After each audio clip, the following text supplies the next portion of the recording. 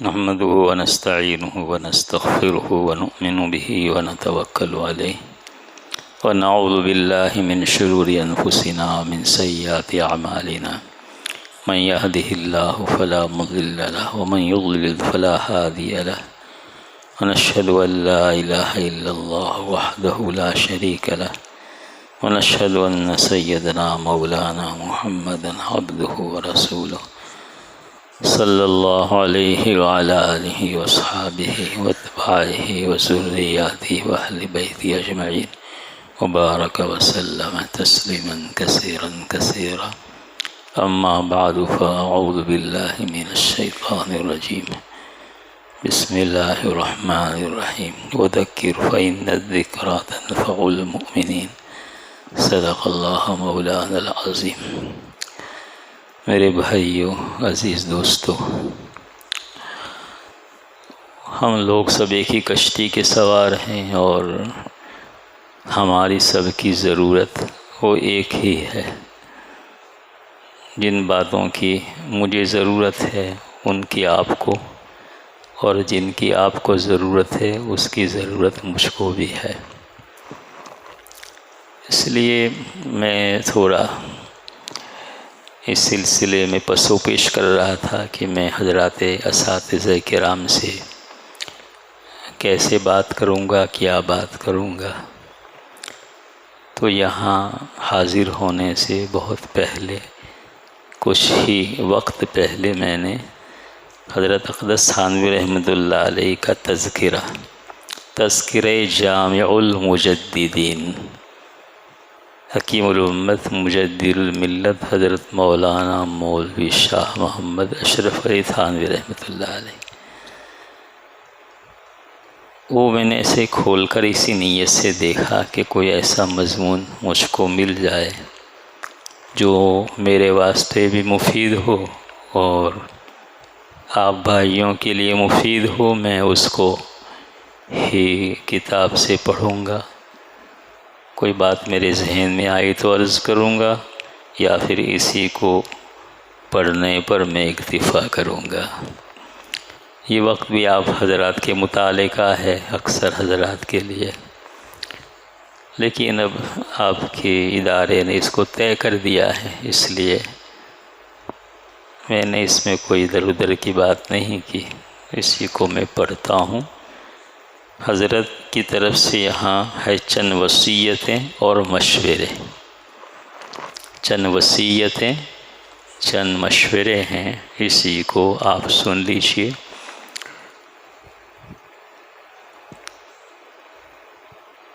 اولاً تو آپ نے معافی تلافی کا معاملہ ذکر کیا ہے کہ جس کو مجھ سے کوئی تکلیف پہنچی ہو خدا را وہ معاف کر دے، اور میں بھی ان کو اس شرط پر کہ وہ مجھ کو معاف کر دیں گے میں بھی معاف کر دیتا ہوں، اور اللہ سے امید رکھتا ہوں کہ اگر ہم اللہ کے بندوں کو معاف کر دیں گے تو اللہ پاک بھی ہم کو معاف کر دیں گے۔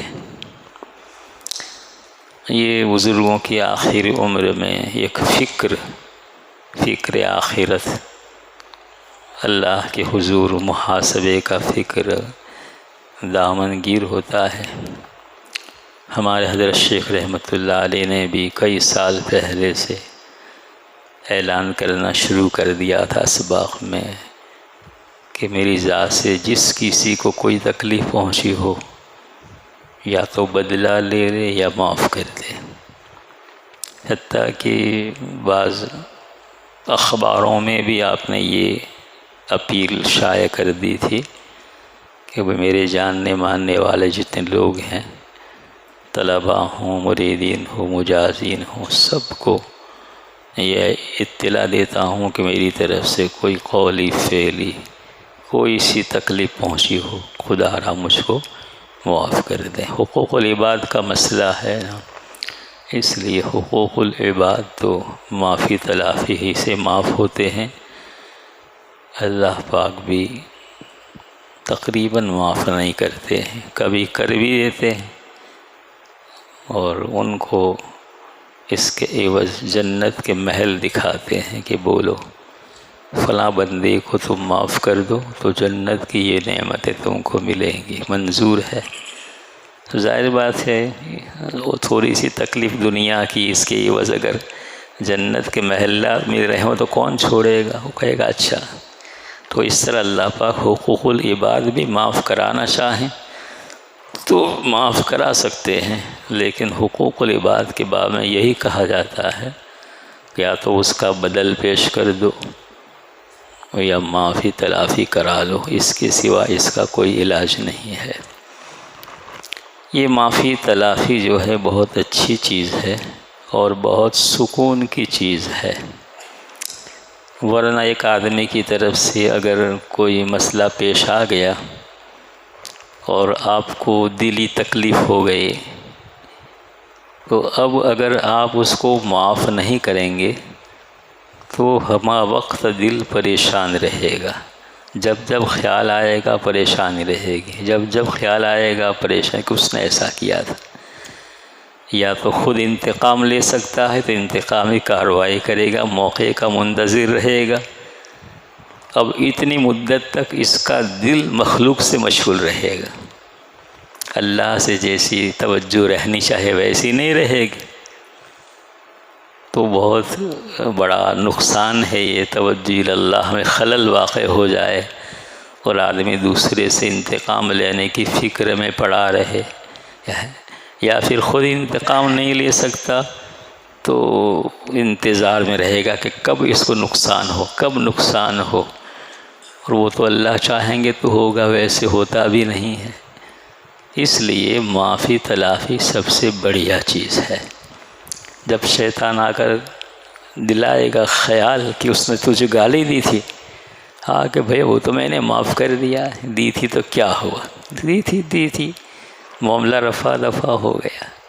کسی نے کوئی حق آپ کا چھین لیا تھا، اب آپ نے معاف کر دیا، اب کبھی آ گیا شیطان کہ وہ فلاں شخص تو ایسا تمہارا حق تلفی کی تھی، حق چھین لیا تھا، کہا جاؤ تم، ٹھیک ہے میں تو اس کو معاف کر چکا ہوں، معاف کر دیا ہوں۔ اس لیے یہ راہ تصوف میں حضرات اہل اللہ کے یہاں اس کا بہت اہتمام ہوتا ہے، معافی تلافی کا۔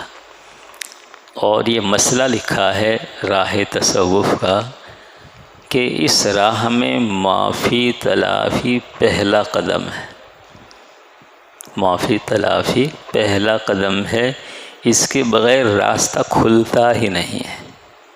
کیوں نہیں کھلتا؟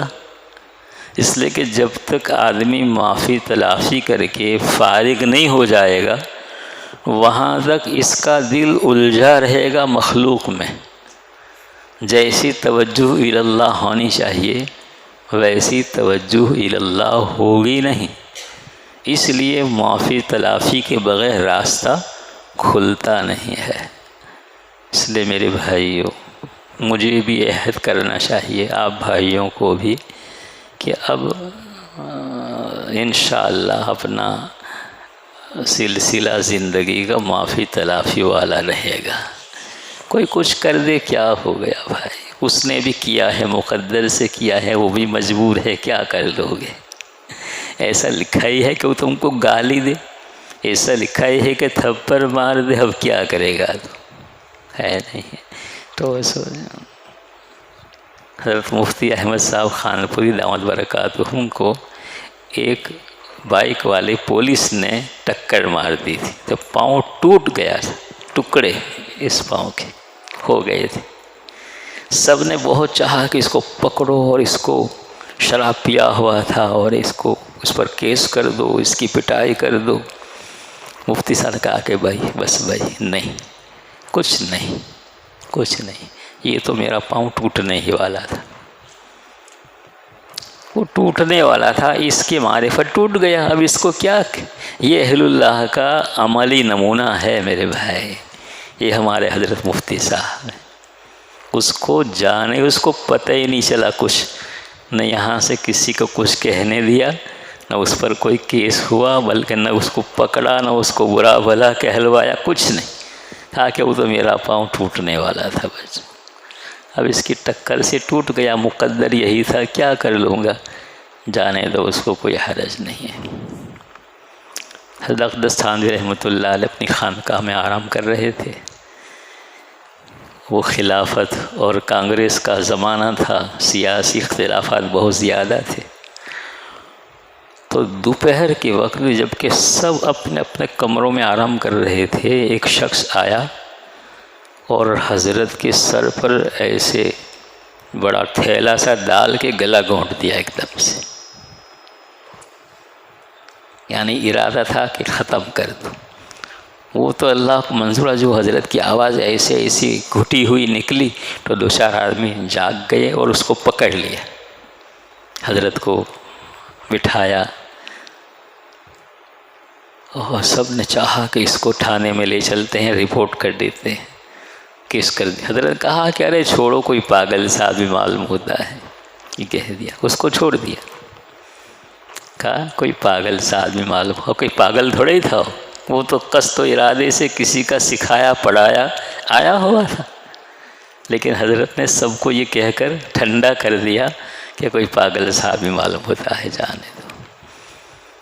اب جان کی یہاں تو بازی لگانے کا مسئلہ تھا، جان چلی جاتی، لیکن ان کی معافی تلافی ہی بہت ہوتی ہے۔ یہ ہے نا معافی تلافی، اعلان معافی تلافی کا کرتے رہتے ہیں بھائی، اس میں فائدہ بہت ہے۔ معافی تلافی میں اس نیت سے معاف کر دینا چاہیے کہ اللہ پاک میرے بھی تو بہت گناہ ہیں، ہاں میں اس کی گرفت کر رہا ہوں، اگر اللہ نے بندوں کی گرفت کی وجہ سے میری پکڑ کر لی، میں کیا کر لوں گا؟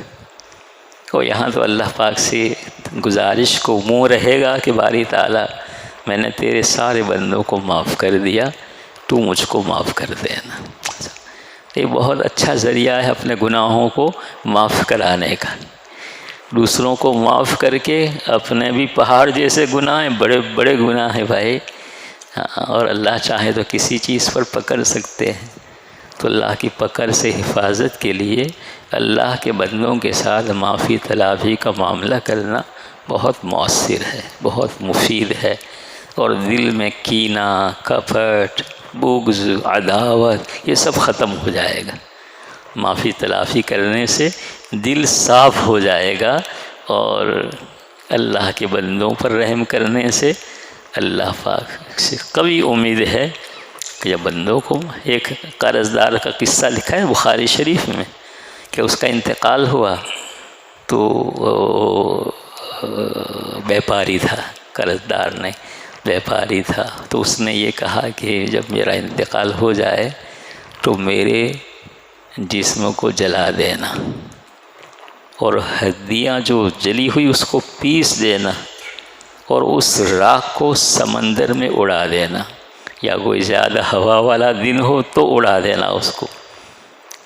ایسا کیا بچوں نے، باپ کی وصیت تھی۔ اللہ پاک نے ان کو جمع کیا اور اس سے سوال کیا۔ بعض شرح کہتے ہیں کہ یعنی جمع کریں گے اور سوال کریں گے، لیکن یقین ہے تو ماضی سے ثابت کر دیا ہے۔ بہرحال بر وقت بھی اگر اللہ نے اس کو اپنے حضور کھڑا کر دیا ہو پوچھنے کے لیے کہ بھائی تو نے ایسا کیوں کیا، چاہے کر لیا یا چاہے کریں گے، اس نے جواب دیا کہ باری تعالیٰ آپ کے خوف کی وجہ سے ایسا کیا تھا۔ اچھا میرے خوف کی وجہ سے، جا تیری بخشش ہو گئی۔ ایک آدمی کا انتقال، بخاری شریف انتقال ہو گیا، اللہ کے حضور حاضر کیا گیا کہ تو نے کیا عمل کیا، کہ باری تعالیٰ میرے پاس تو کوئی عمل نہیں ہے، کوئی عمل نہیں ہے۔ کہا ہوگا، کہا نہیں کچھ نہیں ہے، بس اتنا ہے کہ میں بیپاری تھا، تو جہاں مطالبہ کرنے کا وقت آتا تو جو تنگ دست ہوتا اس کو معاف کر دیتا تھا یا مہلت دیتا تھا، اور جو صاحب حیثیت ہوتا تھا وہ جیسا کچھ دے دے اس کو قبول کر لیتا تھا۔ یعنی وہ زیاد و ضیوف کا مسئلہ چلتا ہے نا، تو زیاد دیے ہوں ضیوف دیتا تو قبول کر لیتا، جو دیتا قبول کر لیتا تھا۔ کہا کہ جا، تجھ سے زیادہ معاف کرنے کا حقدار میں ہوں، تجھ کو معاف کر دیا۔ یہ معافی تلافی کا مسئلہ ہے، حدیث میں بڑے فضائل اس کے آئے ہیں، اور سب سے بڑھیا تو یہی ہے کہ اللہ سے قوی امید ہے کہ ہم اللہ کے بندوں کو معاف کریں گے تو اللہ پاک بھی ہم کو معاف کر دیں گے۔ یہ معافی تلافی کا مسئلہ ہے۔ حضرت نے آخر عمر میں سب سے معافی تلافی اپنی کر لی تھی۔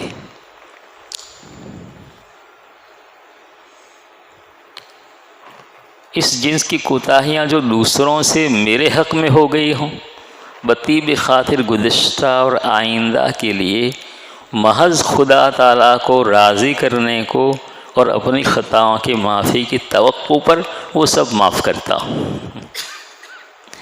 اللہ کو راضی کرنے اور اس امید پر کہ اللہ مجھ کو معاف کر دیں گے، میں کیا کر رہا ہوں، سب کو میں معاف کر رہا ہوں۔ یہ ہے بڑوں کی بڑی باتیں، ہم چھوٹوں کے لیے بھی مشعل راہ ہے۔ ہم بھی اس راہ پہ چل کے یہ فضیلتیں اللہ کی رضا اور اپنی خطاؤں کی معافی حاصل کر سکتے ہیں۔ میں اپنے دوستوں کو خصوصاً اور سب مسلمانوں کو عموماً بہت تاکید کے ساتھ کہتا ہوں کہ علم دین کا خود سیکھنا اور اولاد کو تعلیم کرانا ہر شخص پر فرض عین ہے، خواہ بذریعہ کتاب بذریعہ صحبت، بغیر اس کے کوئی صورت نہیں کہ فتن دینیہ سے حفاظت ہو سکے، جن کی آج کل بے حد کثرت ہے۔ اس میں ہرگز غفلت یا کوتاہی نہ کریں۔ اللہ کا فضل ہے، اللہ نے ہم کو توفیق دی، عالم دین بنایا، حافظ قرآن بنایا، قرآن کی الفاظ معنی مفاہیم کا علم دیا، بہت ہی ضروری ہے، اور اس سے آدمی گمراہی سے اپنی حفاظت بھی ہو جاتی ہے، گھر والوں کی خاص طور سے اپنے آل و اولاد کی حفاظت ہو جاتی ہے۔ طالب علموں کو وصیت کرتا ہوں کہ میرے درس و تدریس پر مغرور نہ ہوں۔ طالب علموں کو وصیت کرتا ہوں کہ میرے درس و تدریس پر مغرور نہ ہوں۔ اس کا کارآمد ہونا موقوف اہل اللہ کی خدمت و صحبت و نظر عنایت پر، اس کا التزام نہایت اہتمام سے رکھیں۔ اس چیز کا بہت ہمارے طبقے میں جیسے فقدان ہے کہ ہم پڑھنے پڑھانے پر بس کفایت کر جاتے ہیں، اس کو بہت بڑی چیز سمجھتے ہیں۔ حضرت منع فرما رہے ہیں کہ صرف پڑھنے پڑھانے پر مغرور نہ ہوں کہ بس ہم نے کوئی بہت بڑا کام کر دیا۔ اس کا کارآمد ہونا موقوف ہے، پڑھنا پڑھانا کارآمد ہوگا اہل اللہ کی خدمت و صحبت اور نظر عنایت پر، اس کا التزام نہایت اہتمام سے رکھیں۔ بے عنایات حق و خاصان حق گر ملک باشد سیاہ استشورق، یعنی اہل اللہ کی عنایت کے بغیر فرشتہ بھی ہو تو اس کا ورق سیاہ ہے۔ اس لیے بھائی اس کا اہتمام کرنا چاہیے۔ آدمی کو جس کسی فرد سے مناسبت ہو، یہ ضروری ہے، مناسبت ہونا ضروری ہے، اور ہر زمانے میں جب اللہ پاک نے اس صحبت کو فرض کیا ہے کونوا مع الصادقین، تو صادقین کا وجود بھی قیامت تک رہے گا، ورنہ تکلیف ما لا یطاق کا مکلف کرنا لازم آئے گا۔ اس لیے تلاش و جستجو کے بعد آدمی کو کوئی نہ کوئی آدمی مناسبت والا مل ہی جاتا ہے۔ تلاش تو ضروری ہے نا، تلاش و جستجو کے بغیر تو کوئی کام کوئی چیز ملتی نہیں ہے۔ اب بیٹھے بیٹھے کہیں مل جائیں گے، ہمارے پاس کوئی آ جائے گا، یہ تو نہیں آئے گا۔ تو جو مشہور اطراف ہمارے صوبے کے ہوں، دوسرے صوبوں کے لوگ ہوں، اور وہ خاص اللہ کے بندے ہیں، اور ان کی صحبت سے لوگوں کو فائدہ ہوتا ہے، اور بہت لوگ منزل مقصود تک پہنچ گئے ہیں، ایسے لوگوں کا انتخاب، ایک کا انتخاب کر لینا چاہیے۔ اس کے ہاتھ پر بیعت ہو کر یا بغیر بیعت کے اصلاح و تربیت کا تعلق قائم کر کے اپنی اصلاح و تربیت کی فکر کرنا چاہیے۔ یہ بہت ضروری ہے، اس کے بغیر کام چلتا نہیں ہے۔ ہم سمجھتے ہیں کیا ضرورت ہے، اب یہاں بھی یہی کہا جائے گا کہ یہ کام دیکھ کر کرنے کا نہیں ہے، کر کے دیکھنے کا ہے۔ جب آدمی کر لیتا ہے تو پھر بین فرق نظر آنے لگتا ہے اس کے بعد کی زندگی میں اور اس سے پہلے والی زندگی میں۔ ہاں، خاص طور سے جو کتاب و سنت کے علماء ہیں، جن کا پیشہ ہی کتاب و سنت کی تعلیم و تربیت ہے، اس کی تعلیم و تبلیغ ہے، ایسے لوگوں کو تو اللہ سے ایک خاص تعلق کا ہونا ضروری ہے۔ صاحب وحی سے علماء وحی کا تعلق مضبوط رہنا چاہیے، تو اس وحی سے خاطر خواہ فائدہ ہوگا۔ قرآن وحی ہے، اللہ کا کلام ہے، تو صاحب کلام سے جب تک نسبت نہیں ہوگی، وہ صاحب کلام اللہ بھی ہیں، اللہ کے رسول بھی ہیں، حدیث کے صاحب کلام اللہ کے رسول ہیں، تو جب تک اللہ و اللہ کے رسول سے جو صاحب کتاب و سنت ہیں ان سے نسبت قائم نہیں ہوگی، وہاں تک خاطر خواہ فائدہ پڑھنے پڑھانے کا نہیں ہوگا، نہ خود کو ہوگا نہ پڑھنے والوں کو ہوگا۔ اس لیے ہمارے اسلاف، ہمارے مسلک کے اسلاف سمجھ لیجیے، چاہے حضرت تھانوی رحمۃ اللہ علیہ ہوں، چاہے حضرت گنگوہی رحمۃ اللہ علیہ ہوں، چاہے حضرت نانوتوی رحمۃ اللہ علیہ ہوں، اور پھر نیچے کے جتنے لوگ شیخ الہند رحمۃ اللہ علیہ ہیں، وہ سب نے اتنے بڑے بڑے علامہ ہونے کے باوجود، جو 200-500 سال پہلے ہوتے تو راضی غزالی میں شمار ہوتے، ایسے لوگ گزرے ہیں۔ ایسے لوگوں نے اپنا رابطہ کسی اللہ والے سے قائم کیا۔ ان کے علوم کی برکتیں جو ہم دیکھ رہے ہیں، اور ان کا نام اتنی کثرت سے لیا جا رہا ہے، لوگ ان کے نام ہی پر کیا ہے اپنی نگاہیں جھک جاتی ہے، عقیدت محبت کے پھول نشاور کرتے ہیں۔ یہ اسی وجہ سے ہے کہ انہوں نے دامن پکڑ لیا حضرت حاجی صاحب کا۔ اگر نہ پکڑتے اور نہ ان حضرات کی سے اپنے نسبت قائم کرتے تو یہ اہل نسبت کی نسبت ادھر قائم ہے، ان سے تم نسبت قائم کرو گے تو رفتہ رفتہ تمہاری نسبت بھی اس واسطے سے ادھر قائم ہو جائے گی، اللہ پاک سے، اللہ کے رسول پاک صلی اللہ علیہ وسلم سے نسبت ہو جائے گی۔ اور نسبت کے بعد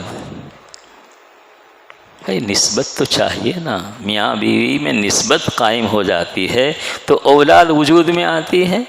اس سے معنوی اولاد یعنی علوم و معارف جو خاص اللہ کی دین ہوتی ہے، اللہ کی طرف سے آتی ہے، وہ نسبت کے بعد ہی آ سکتی، بغیر نسبت کے، بغیر تعلق کے، بغیر اللہ پاک و اللہ کے رسول کی محبت کے یہ چیزیں کتاب و سنت جیسا کھلنا چاہیے اور جیسے اس کے انوار سے آدمی منور ہو جانا چاہیے، یہ باتیں بہت مشکل ہے میرے بھائیوں۔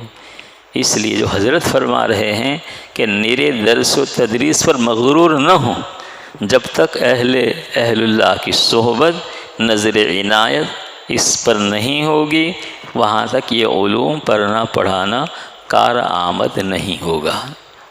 یہ بہت اچھی بات ہے اور بہت اہم بات ہے، جیسا کسی نے کہا بے عنایات حق و خاصان حق، اللہ کی عنایت اور اللہ والوں کی عنایت کے بغیر فرشتہ بھی ہو تو اس کا ورث کیا ہے، اس کا ورق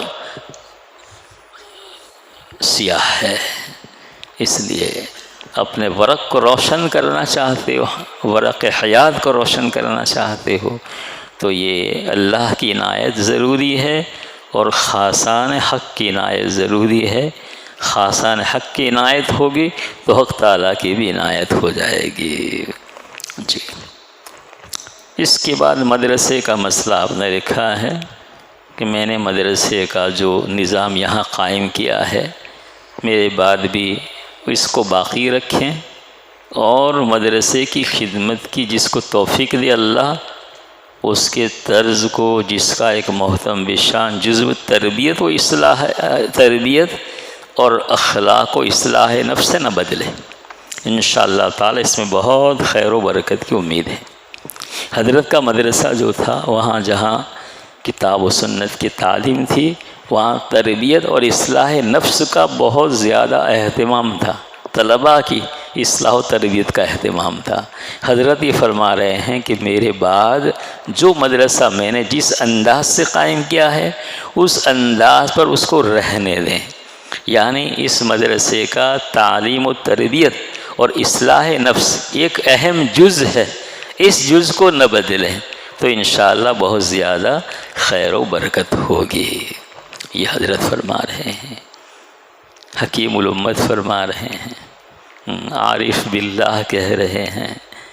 اس لیے بھائی ہمیں بھی حضرت مولانا قاری محمد صدیق صاحب رحمۃ اللہ علیہ فرماتے تھے کہ روزانہ سبق میں مدرس کو کوئی ایک بات، دو بات اصلاح و تربیت کی لائن کی بھی کر دینی چاہیے۔ ایک دو بات بچوں کی اصلاح و تربیت کی لائن کی کر دینی چاہیے، اس لیے کہ لگتی ہے ایک دو، لیکن سال ختم ہوگا تو وہی 300-500 ہو جائے گی۔ اتنی بڑی اصلاح و تربیت کی باتیں جب بچوں کے کان میں وقتاً فوقتاً پڑتی رہے گی نا تو وہ بات جو ہے وہ دل میں اثر کر جائے گی، جاگزیں ہو جائے گی، اپنا مقام بنا لے گی، اور ان بچوں کو آئندہ بھی اصلاح و تربیت کا فکر رہے گا۔ اس لیے حضرت فرماتے ہیں کہ میرے مدرسے کا جو انداز ہے، اسلوب ہے، یعنی ایک جز اس کا اصلاح و تربیت، اصلاح نفس بھی ہے، آئندہ آنے والے اس طرز کو نہ بدلیں، اس میں بہت زیادہ خیر و برکت ہے۔ جی، دینی و دنیاوی مضرتوں پر نظر کر کے ان امور سے خصوصیت کے ساتھ احتیاط رکھنے کا مشورہ دیتا ہوں۔ نیچے 4-5 امور ہیں، بلکہ 8-10 امور ہیں کہ اس کا دینی بھی مضرت، دنیاوی مضرت، ان سب پر میں نے نظر کی تو یہ باتیں جو نیچے ہیں وہ چیزیں دینی دنیاوی مضرت کا سبب بن جاتی ہے، لہذا ان چیزوں سے پرحذر رہنے کی کوشش کریں، احتیاط کرنے کی کوشش کریں۔ نمبر 1، شہوت و غضب کے مقتضا پر عمل نہ کریں۔ بھائی نوجوان لوگ ہیں، قوت شہویہ اپنا زور دکھاتی ہے، لیکن اس کے مقتضا پر عمل نہ کریں، اپنی شہوت کو بیجا استعمال نہ کریں، بے محل استعمال نہ کریں، یہ ہے۔ اور غضب کو بے محل استعمال نہ کریں، اور غضب آ بھی جائے تو اس کو رفع کرنے کی کوشش کریں، دفع کرنے کی کوشش کریں۔ حضرت مسیح امت رحمۃ اللہ علیہ کی ہم لوگ جاتے تھے تو پہلے سوال کیا کرتے تھے؟ غصے کا کیا حال ہے، یہ پوچھتے تھے، یعنی غصے پر قابو ہوا کہ نہیں ہوا، غصے کا کیا حال ہے یہ پوچھتے تھے، اور فرماتے تھے کہ غصہ کہیں سے مل جائے نا تو میرے پاس لے آنا، میں اس کو ذبح کر دوں، اس لیے کہ اسی نے ساری دنیا کا کام خراب کر رکھا ہے تاکہ لوگ چین کی نیند سو جائیں۔ یہ غصہ بہت بری چیز ہے، اس لیے غصہ یہ تو آتا ہی ہے، آدمی کو فطرت میں داخل ہے، لیکن اس کے مقتضا پر عمل نہ کریں، یہ کہہ رہے ہیں۔ یہ نہیں کہ غصہ آنا نہیں چاہیے، نہیں، اس لیے قرآن نے بھی کیا کہا؟ وَالْقَاظِمِينَ الْغَيْظَ وَالْعَافِينَ عَنِ النَّاسِ، غصے کو پینے والے اور لوگوں کو معاف کرنے والے، دوسرا مقام ہے لوگوں کو معاف کرنا۔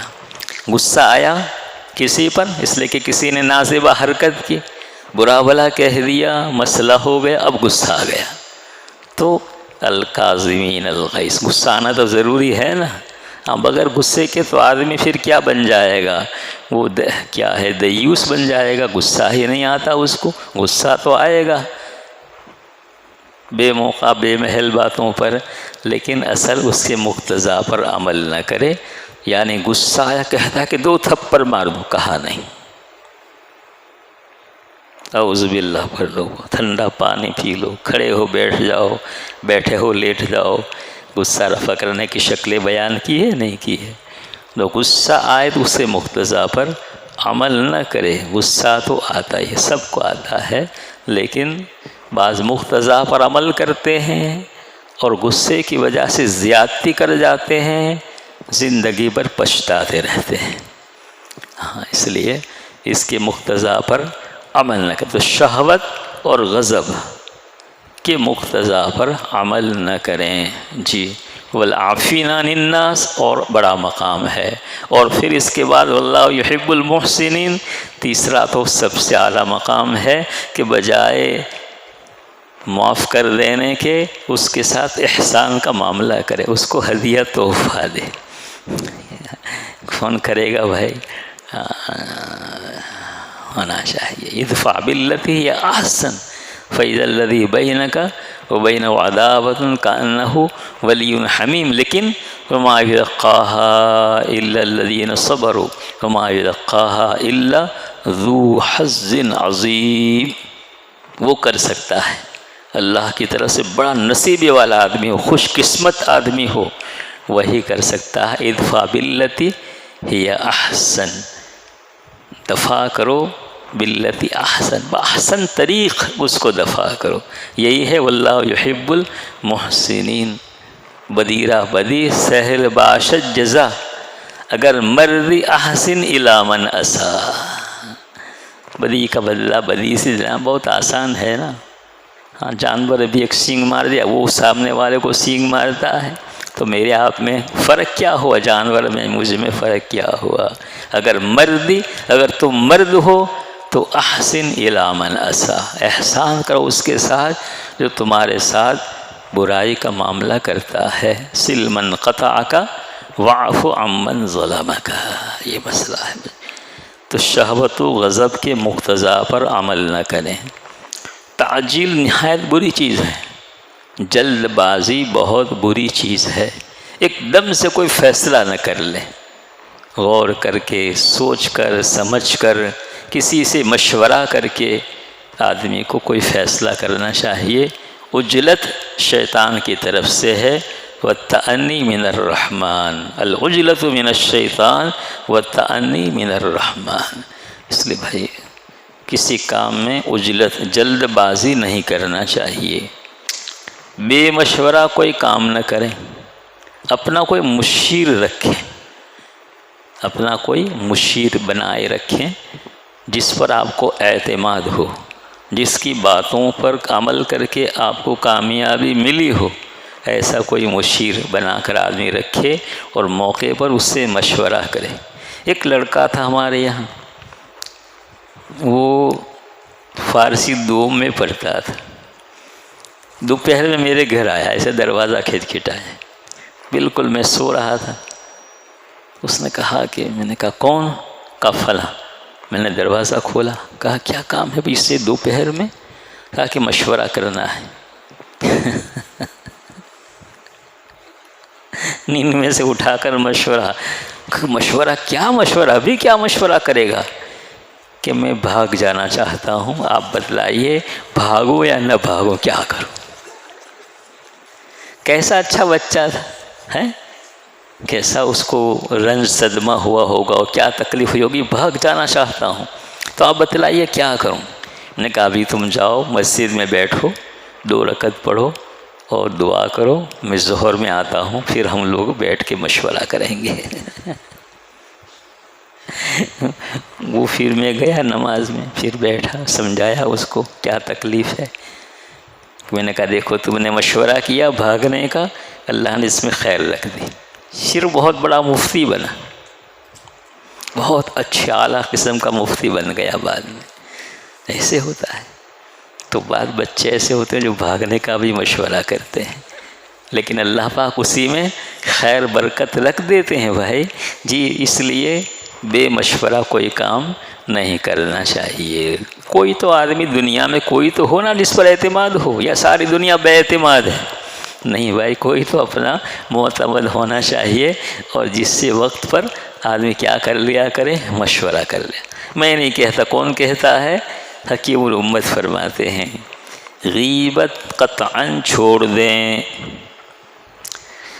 اللہ اللہ اللہ توفیق دے بچوں. بس ہم لوگ حقیقت کو بیان کرنے کے پردے میں غیبت کرتے ہی رہتے ہیں کہ یہ تو حقیقت ہے، یہ تو حقیقت ہے. بھئی حقیقت ہے جبھی تو غیبت ہے، حقیقت نہیں ہے تو بہتان ہے، جو حقیقت سے بھی اوپر کا مسئلہ ہے. سوال صحابی نے کر لیا رسول اکرم صلی اللہ علیہ وسلم سے کہ حضور واقعتاً کوئی بات ہے ہمارے بھائی میں، ہم کہیں تو کہا وہی تو غیبت ہے، وہی تو غیبت ہے. غیبت کے ذریعہ ایک آدمی کو معاشرے میں بے وزن کر دیا جاتا ہے، بے قیمت کر دیا جاتا ہے، اس کی اہمیت کو ختم کر دیا جاتا ہے، اس کو ہلکا کر دیا جاتا ہے. لیکن ہوتا نہیں ہے. جو کچھ کرتا ہے نا، وقت پر تھوڑا نقصان ہو بھی گیا لیکن پھر اس کی بنتی اللہ کے یہ گڑھے میں ایسا گرتا ہے کہ اس کو نکالنے والا پھر کوئی نہیں ہوتا ہے. اس لیے غیبت اچھی چیز نہیں ہے. کبھی اللہ پاک الٹا کر دیتے ہیں. جو چیزیں اس میں ہے وہ تم میں ہو جائے گی اور اللہ پاک اس کو کیا کر دیں گے؟ پاک صاف کر دیں گے. اس لیے غیبت قطعاً چھوڑ دیں. کوئی غیبت کرنے لگے کہ بھائی دوسری بات کرو، کوئی خیر کی بات کرو، تو اس طرح تو کہہ سکتے ہیں. تو ہم تو اس کی رعایت میں اس کی غیبت سنتے ہی رہتے ہیں. بھائی مزہ آتا ہے ہمیں تو سننے میں، بولتے کچھ نہیں ہیں. لیکن غیبت کرنے والے کو فوراً نہ خود کرے، دوسرا تم سے کسی کی بات سنانے لگے تو کہہ دے کہ بھائی اپنے دوسری بات کرتے ہیں، چھوڑو اس کو، اس کا معاملہ اللہ کے حوالے کر دو. ہمیں کیا پڑی ہے، ہمیں کیا پڑی ہے. ایک شخص کا انتقال ہو گیا، وہ مدرسے سے تھوڑی عداوت رکھتا تھا، ترک سر کی بات نہیں کرتا، دوسرے مدرسے کی بات ہے. تو انتقال ہوا تو بہت بری حالت میں انتقال ہوا. حضرت شیخ وہ مسئلہ جانتے تھے. میں گیا سہارنپور تو بہت اپنے کچھ خبر سنا رہے ہیں، جیسے حضرت فلاں کا جو مدرسے کا مخالف تھا اس کا انتقال ایسے ایسے ہوا. ارے تجھے کیا پڑی؟ حضرت نے ایسا ڈانٹ دیا مجھ کو، مجھے پسینہ آ گیا کہ تجھے کیا پڑی ہے. یعنی اس کا انتقال جیسے ہوا ہو، تم تو غیبت کر رہے ہو نا، پھر مردے کی غیبت ہو رہی. تمہیں کیا پڑی ہے؟ کو تمہیں کیا پتا کہ اس کا انتقال اس وجہ سے ایسا ہوا ہے. یہ تم تو ایسی بات کر جیسے 100% یہی ہوا ہے، ایسا ہی ہوا ہے. ہاں جب سے ایسا حضرت نے ایک دم زور سے ڈانٹ دیا کہ مجھے پسینہ چھوٹ گیا. میرے بھائی یہ لوگ ایسے، یہ تربیت کا فائدہ یہی تو ہوتا ہے نا. اصلاح و تربیت اسی کا تو نام ہے. اب اگر میں نے اس سے سبق لیا اور میں نے اس کو لے لیا تو فائدہ ہوگا. انہوں نے تو ہمارے فائدے کے واسطے کہہ دیا ایک مرتبہ، اور اگر میں نے نہیں مانا تو نقصان کس کا ہوگا؟ میرا ہی نقصان ہوگا. اس لیے ایسے اٹکل فیصلے ہمیں نہیں کرتے رہنا چاہیے کہ فلاں وجہ سے اس کا ایسا ہوا، فلاں وجہ سے اس کا ایسا ہوا. ایسی باتیں نہیں کرتے رہنا چاہیے. کثرت کلام اگرچہ مباح کے ساتھ ہو، اور کثرت اختلاط خلق بلا ضرورت شدیدہ و بلا مصلحت مطلوبہ، اور خصوصاً جب کہ دوستی کے درجے تک پہنچ جاوے، پھر خصوصاً جب کہ ہر کس و ناکس کو رازدار بھی بنا لیا جاوے، نہایت مضر ہے. کثرت کلام چاہے مباح ہی ہو، ہم نے وہ 4 اصول بیان کیے تھے نہیں کیے تھے؟ قلت کلام، قلت طعام، قلت الاختلاط مع الانام. یہ سب باتیں یہی ہے، یہ انتہائی مضر ہے. اس لیے ہر کس و ناکس کو اپنا رازدار بھی، راز کی بات سب کو تھوڑا ہی کہتے ہیں، بلکہ اب تو ایسا لگتا ہے کسی کو نہیں کہتے ہیں، ورنہ پھر اپنا ہی مسئلہ بن جاتا ہے. وہ تو خوش ہو کر پھر سب میں اس کا افشا کرے گا اور آپ کو بدنام کر کے رکھ دے گا. خود اسی نے کہا ہے مجھ کو، اب کیا کر لوگے. بدوں پوری رغبت کے کھانا ہرگز نہ کھائیں. رغبت ہو تو کھانا کھائیں، رغبت نہیں ہے تو کھانا نہ کھائیں، ورنہ وہ کھانا بیماری بن جاتا ہے. ایک طبیب کو کسی بادشاہ نے بھیجا مدینہ منورہ. شیخ سعدی نے لکھا ہے، گلستان میں لکھا ہے کہ وہ آیا، 1 مہینہ رہا، کوئی دوائی لینے جاتا ہی نہیں ہے اس کے پاس. ٹوپتا بوریا بستر گول کر کے جانے لگا. نبی اکرم صلی اللہ علیہ وسلم ملا کہ حضرت میں جا رہا ہوں. کہا بھائی تم تو آئے تھے علاج کے لیے، کیوں جا رہے ہو؟ رہو. کہا کہ میں یہاں رہا تو میں اپنا فن بھی بھول جاؤں گا اپنی حکمت بھی بھول جاؤں گا، اس لیے کہ مہینہ ہو گیا کوئی دوائی لینے ہی نہیں آتا ہے. کہا میں تو جا رہا ہوں، لیکن آپ سے ایک بات پوچھتا ہوں کہ لوگ دوائی لینے کیوں نہیں آتے ہیں؟ آپ کیا صاحب بیمار کیوں نہیں پڑتے ہیں؟ تو رسول اکرم صلی اللہ علیہ وسلم فرمایا کہ جب تک ان کو بھوک نہیں لگتی وہاں تک کھانا نہیں کھاتے ہیں، اور جب کھاتے ہیں تو تھوڑی بھوک باقی رہتی ہے اور کھانا چھوڑ دیتے ہیں. اس نے کہا کہ لاؤ میں لکھ دیتا ہوں، اس اصول پر جو بھی کار بند رہے گا ہرگز بیمار نہیں ہوگا، ہرگز بیمار نہیں ہوگا. یہ سب باتیں آپ لوگوں کے حضرت کے سامنے ہے نہیں ہے. ہاں اس واسطے کہہ رہے ہیں بدون پوری رغبت کے کھانا ہرگز نہ کھائیں، بدون سخت تقاضے کے مقاربت نہ کریں. ہاں بچوں، یہ بچوں کا کھیل نہیں ہے. آدمی کی پوری قوت دماغ سے لے کر پاؤں تک کی سے نچڑ جاتی ہے، اس لیے جب تک سخت تقاضا نہ ہو آدمی مقاربت نہ کرے. یہ بھی ہے، وہ بھی کھانا نہ کھائے اور مقاربت نہ کرے. بدون سخت حاجت کے قرضہ نہ لیں، سخت ضرورت کے قرضہ نہ لیں. اور ہمارے حضرت رئیس الجامعہ فرماتے تھے کہ لینا بھی پڑے تو کسی ایک ہی سے لیں، 10 آدمیوں سے قرضہ نہ لیں. اور میں کہتا ہوں کہ ایسے سے قرضہ لے جو مستغنی آدمی ہو، غنی ہو، جس کو ماضی یعنی مستقبل قریب میں پیسے کی ضرورت نہیں پڑے گی. ایسے قرضہ خوش اخلاق ہو اور ایسا آدمی ہو، اس سے قرضہ اگر ضرورت پڑے تو. بلکہ حضرت بھی فرماتے تھے مسیح امت رحمۃ اللہ علیہ کہ چنے پھانک لینا لیکن قرضہ مت لینا. چنے پھانک لینا لیکن قرضہ نہ لینا، قرض دار کو کھا جاتا ہے. یہ فرماتے تھے قرض دار کو کھا جاتا ہے، اس لیے قرضہ ہرگز نہیں لینا چاہیے. بہت جھوٹ بولنا پڑتا ہے قرضہ لینے کے بعد. فضول خرچی کے پاس نہ جائیں، نہ کریں نہیں، پاس نہ جائیں. فضول خرچی کے پاس نہ جائیں. ہاں فضول خرچی سے جو گھڑا پڑ جاتا ہے نا وہ بھرتا ہی نہیں. ضرورت میں چاہے کتنا گہرا کنواں بھی ہو جائے تو اللہ پاک اس کو پاٹ دیتے ہیں، لیکن بے ضرورت جیسے فضول خرچی میں اگر آپ نے تھوڑا سا گڑھا بھی کر دیا وہ اللہ پاک اس ضرورت کو اللہ پورا نہیں کرتے ہیں، ضرورت کو پورا کرتے ہیں. اسراف والے خرچے کو اللہ پاک اس کے سے رہائی کے اسباب مہیا نہیں ہوتے ہیں یا کم ہی ہوتے ہیں. اس لیے فضول خرچی کے پاس نہ جائیں. غیر ضروری سامان جمع نہ کریں، غیر ضروری سامان جمع نہ کریں. آج کل شوقیہ لوگ ایک چیز لی، اب کوئی اس سے اچھی لگ رہا ہے لاؤ دوسری لے لو، پھر تیسری لے لو، پھر چوتھی لے لو، پانچویں لے لو. بھائی پیسہ فضول جا رہا ہے نہیں جا رہا ہے، یہی تو فضول خرچی ہے. ضرورت جس چیز سے پوری ہو گئی بس اب گھڑی گھڑی کسی، یہ دنیا داری ایک طرح کی ہے. اس لیے ضرورت سے زیادہ غیر ضروری سامان کو جمع نہ کریں. ہمارے قاری انیس صاحب رحمۃ اللہ علیہ تھے، 3 جوڑا کپڑا رکھتے تھے بس، پھر مزید آ گیا دے دیا، پھر آ گیا دے دیا، پھر آ گیا دے دیا. ایسے بالکل زاہد آدمی تھے وہ، تو کیا کہنا ان کا. لیکن کم سے کم ہم لوگوں کے لیے غیر ضروری سامان جمع نہ کریں. سخت مزاجی اور تند خوئی کی عادت نہ کریں. رفق اور ضبط و تحمل کو اپنا شعار بنائیں. یہی غصہ نہ کریں، بس یہی ہے تحمل، کسی کی بات کو برداشت کر لینا، غصہ نہ کرنا. غصہ آئے تو اس کے مقتضا پر عمل نہ کرنا. عادتیں اچھی رکھنا. سخت عادت، بعض کہتے ہیں نا بعضوں کے بارے میں یہ تو ہوائی سے بھی لڑتا ہے، ہوا سے بھی لڑتا ہے، ایسی طبیعت بعض لوگوں کی ہوتی ہے.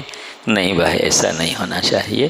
سب سے پیار محبت کے ساتھ ملنا، بات کرنا، کسی کے کام آنا، کسی کی ضرورت کو پورا کرنا، یہ سب ہمارا شیوا طریق رہنا چاہیے. ریا و تکلف سے بہت بچیں. اقوال و افعال میں بھی اور طعام و لباس میں بھی ریاکاری نہیں ہونا چاہیے۔ وہ عمل محسوب ہوتا ہی نہیں، اللہ پاک سخت ناراض ہوتے ہیں، وہ شرک خفی ہے، شرک خفی ہے۔ وہیں کہا تھا فَلْيَعْمَلْ عَمَلًا صَالِحًا وَلَا يُشْرِكْ بِعِبَادَةِ رَبِّهِ أَحَدًا۔ تو ریا و تکلف سے بچیں۔ ریا تکلف اقوال میں، افعال میں، جیسے اقوال آدمی اتنا درجے کا نہیں ہے، بڑی بڑی باتیں کر رہا ہے، بڑی بڑی باتیں کر رہا ہے، ایسے افعال میں کہ آدمی کو وہ کیفیت اندر بنی ہوئی نہیں ہے اور ظاہر کر رہا ہے کہ میں بہت پہنچا ہوا ہوں اور مجھ پر بڑی کیفیت طاری ہوتی ہے اور ایسا ہے ویسا ہے، تاکہ لوگوں کو اپنی طرف کیا کرے، مائل کرے۔ ہاں، یہ چیزیں آدمی کو بہت پیچھے دھکیل دیتی ہے۔ ریا و تکلف سے بہت بچیں، اقوال افعال میں بھی اور طعام و لباس میں بھی۔ لباس بھی اپنی حیثیت کے مطابق پہنیں، نہ کہ حیثیت متوسط درجے کی ہے اور لباس بہت رئیسوں اور امیروں کا لباس پہنے، ایسا نہ کرے۔ ایسے امیر و رئیس ہے اور بالکل خستہ لباس پہنے، یہ بھی نہیں ہے۔ اس کو اچھا لباس پہننا چاہیے تاکہ ضرورت مند لوگ اس کی حیثیت معلوم کر کے اپنی ضرورت کو اس سے پورا کیا کریں۔ جی، مقتدا کو چاہے کہ عمراء سے بدخلقی نہ بدخلقی کرے، نہ زیادہ اختلاط کرے، نہ ان کو حتی الامکان مقصود بناوے، بالخصوص دنیاوی نفع حاصل کرنے کے لیے۔ بڑے لوگ جو دنیاوی اعتبار سے ہیں، ان کے ہاں آمد و رفت آدمی کو نہیں رکھنا چاہیے، نہیں رکھنا چاہیے، اور کبھی ضرورت پڑ جائے تو انتہائی استغنا کے ساتھ ملے، نہ کہ ہم ملیں گے اور ان کے تعلقات ہو جائیں گے اور ان سے ہماری ضرورتیں پوری ہوتی رہیں گی۔ یہ اللہ کی ذات پر بے اعتمادی کی دلیل ہے۔ تو بڑوں سے، ایسے لوگوں سے نہ ملے کبھی ضرورت سے تو مستغنی ہو کر ملے، دل سے بھی اور ظاہر سے بھی۔ جی، معاملات کی صفائی کو دیانات سے بھی زیادہ محتم بالشان سمجھے۔ دینی امور ہیں جتنے ٹھیک ہے، لیکن معاملات کی صفائی اس سے بھی زیادہ ضروری ہے۔ جیسے نمازیں تو بہت پڑھتے ہیں، لیکن پیسہ لے گئے دینے کا نام نہیں لیتے، ہے نہیں؟ ہاں، تو اس سے کوئی فائدہ نہیں ہوگا۔ یہ نماز ریاکاری کی ہو جائے گا۔ کیونکہ بڑے دیندار ہیں، ایسے بہت لوگ ہوتے ہیں جس سے اچھے دھوکہ کھا جاتے ہیں، ان کو کوئی انویسٹ کر دیا ان کے ساتھ، اب حساب ہی نہیں دے رہے ہیں، پیسہ دینے کا نام ہی نہیں لیتے ہیں۔ کہا کبھی تم اتنے نمازیں پڑھتے ہو، اتنے چلے کشی کرتی ہو، اتنے بڑے علامہ بنے ہوئے ہو، اور تمہارے معاملات پہ ایسے ریئیکشن ہوگا، اس کا ریئیکشن ہوگا۔ اس لیے اس سے بہت بچنا چاہیے۔ روایات و حکایات میں بے انتہا احتیاط کریں۔ اس میں بڑے بڑے فہیم لوگ بے احتیاطی کرتے ہیں، خاص سمجھنے میں یا نقل کرنے میں۔ تو روایت حکایات کو سمجھے اور بیان کرے، اور اس کے درجے کو معلوم کر کے پھر بیان کرے، ایسے ہی اٹکل باتیں نہ چلائے۔ اس سے بے دینی کا ماحول پیدا ہو جاتا ہے، لوگ سمجھتے ہیں حدیث ہے اور وہ حدیث نہیں ہے، کتنا دھوکہ ہو جائے گا لوگوں کو۔ بلا ضرورت بالکلیہ، بلا اجازت و تجویز طبیب حاذق شفیق کسی قسم کی دوا ہرگز استعمال نہ کرے۔ آج کل واٹس ایپ پر بہت دوائیں چلتی ہے نا، تو آدمی نے وہاں دیکھا اور دوائی لینا شروع کرے، وہاں سے دیکھا دوائی لینا، کسی نے کہہ دیا کہ دوائی بہت مفید ہے، لینا شروع کر۔ کہا نہیں، اپنے حکیم سے یا طبیب سے مشورہ کرنے کے بعد ہی اس دوائی کو استعمال کریں، ورنہ بجائے فائدے کے نقصان ہو جائے گا۔ بعض بیماریوں کیا دواؤں کا ریئیکشن بہت خطرناک ہوتا ہے۔ زبان کی غایت درجہ ہر قسم کی معصیت و لایانی سے احتیاط رکھیں۔ جی، حق پرست رہیں، اپنے قول پر جمود و اصرار نہ کریں، اپنی رائے پر جو کہا میں نے کہا وہی، اس کے سوا کچھ نہیں۔ فوق کل ذی علم علیم ہے اصل میں، اس لیے اپنی بات پر جمود نہیں چاہیے۔ جب دلیل کی روشنی میں بات واضح ہو جائے پھر اس کو قبول کرنے میں کوئی تکلف آدمی محسوس نہ کرے، چاہے پڑھنے والا متعلم ہی ہم کو کوئی بات کہہ دے، لیکن اس پر بھی ہمیں کوئی ناگواری نہیں ہونی چاہیے، بلکہ اس کو قبول کر لینا چاہیے۔ جی، تعلقات نہ بڑھائیں، یہ بڑی مصیبت ہے۔ تعلقات نہیں بڑھانا چاہیے کہ بس یہ دھن بازوں کو لگی رہتی ہے، اس سے ملے کہ ذرا آپ کا ایڈریس دو نا، ایڈریس دو، آپ کا فون نمبر کیا ہے، ذرا بات کریں گے۔ ارے بھائی کیا ضرورت ہے تم کو، تم اپنا کام کرو، کتنا ایڈریس رکھو گے، کتنا فون نمبر جمع کرو گے۔ یہ ایک مرض ہے، تعلقات بڑھانے کا مرض ہے کہ فلاں سے ہمارے تعلقات ہیں، فلاں فون پر ہم سے بات کرتے ہیں، فلاں ہم سے رابطہ کرتے ہیں۔ یہ سب باتیں ٹھیک نہیں ہے، اس سے آدمی الجھ کے رہ جاتا ہے، دنیا میں الجھ کے رہ جاتا ہے۔ جی، تعلقات نہ کسی کے دینی معاملے میں دخل نہ دیں، کسی کا معاملہ دینی ہے، اس میں ہمیں دخل دینے کی ضرورت نہیں ہے۔ جیسے کوئی آدمی، کیا کہوں میں اپنی ہی بات کہتا ہوں کہ وہ آدمی کرسی پر نماز پڑھ رہا ہے۔ اب آپ کہیں کہ خامخواہ کرسی پر نماز پڑھ رہا ہے، اسے کون سا مرض ہے؟ بھائی آپ کو تو پتہ نہیں کون سا مرض ہے، یہ پڑھ رہا ہے تو یہ ذمہ دار ہے، ہمیں کیا لینا دینا اس کو پڑھنے دو۔ یا اگر آپ کو حقیقتاً معلوم ہو جائے کہ اس کو مسئلہ معلوم نہیں ہے تو مسئلہ بتلا دو کہ مسئلہ یہ ہے، اور اگر وہ کہہ دے کہ نہیں میرے مسئلے کی معلومات کی بات ہی میں کر رہا ہوں، الحمدللہ ٹھیک ہے۔ تو دینی امور میں ہمیں دخل کسی کے نہیں دینا چاہیے۔ جی، میں اپنے تمام منتسبین سے درخواست کرتا ہوں کہ ہر شخص اپنی تمام زندگی پر یاد کر کے ہر روز سورہ یاسین شریف یا 3 بار قل هو اللہ شریف پڑھ کر مجھ کو بخش دیا کرے، مگر کوئی اور امر خلاف سنت و بدعت عوام و خواص میں ایسے نہ کریں۔ ہاں، جو میرے منتسبین ہیں، محبت رکھتے ہیں، تو یاد تو آتے ہیں نا بھائی، جس کے ساتھ تعلق محبت ہوتا ہے، تو کوئی بدعت رسم و رواج میرے ساتھ نہ کریں، بلکہ بہت کر سکتے تو سورہ یاسین شریف پڑھ کے مجھ کو بخش دے، 3 بار قل هو اللہ پڑھ کے بخش دیا کرے، بہت اچھا ہے۔ جی، ایسی درخواست کرنے میں بھی حرج نہیں کہ بھائی طلباء سے کہہ دے کہ بچوں مجھ کو یاد رکھنا، شیخ بھی فرماتے تھے کہ بچوں ہمارے کوئی اعلیٰ اولاد تو ہے نہیں، تم ہی ہماری اعلیٰ اولاد ہو، مرنے کے بعد یاد رکھنا 3 قل هو اللہ پڑھ کے ہی بخش دیا کرو۔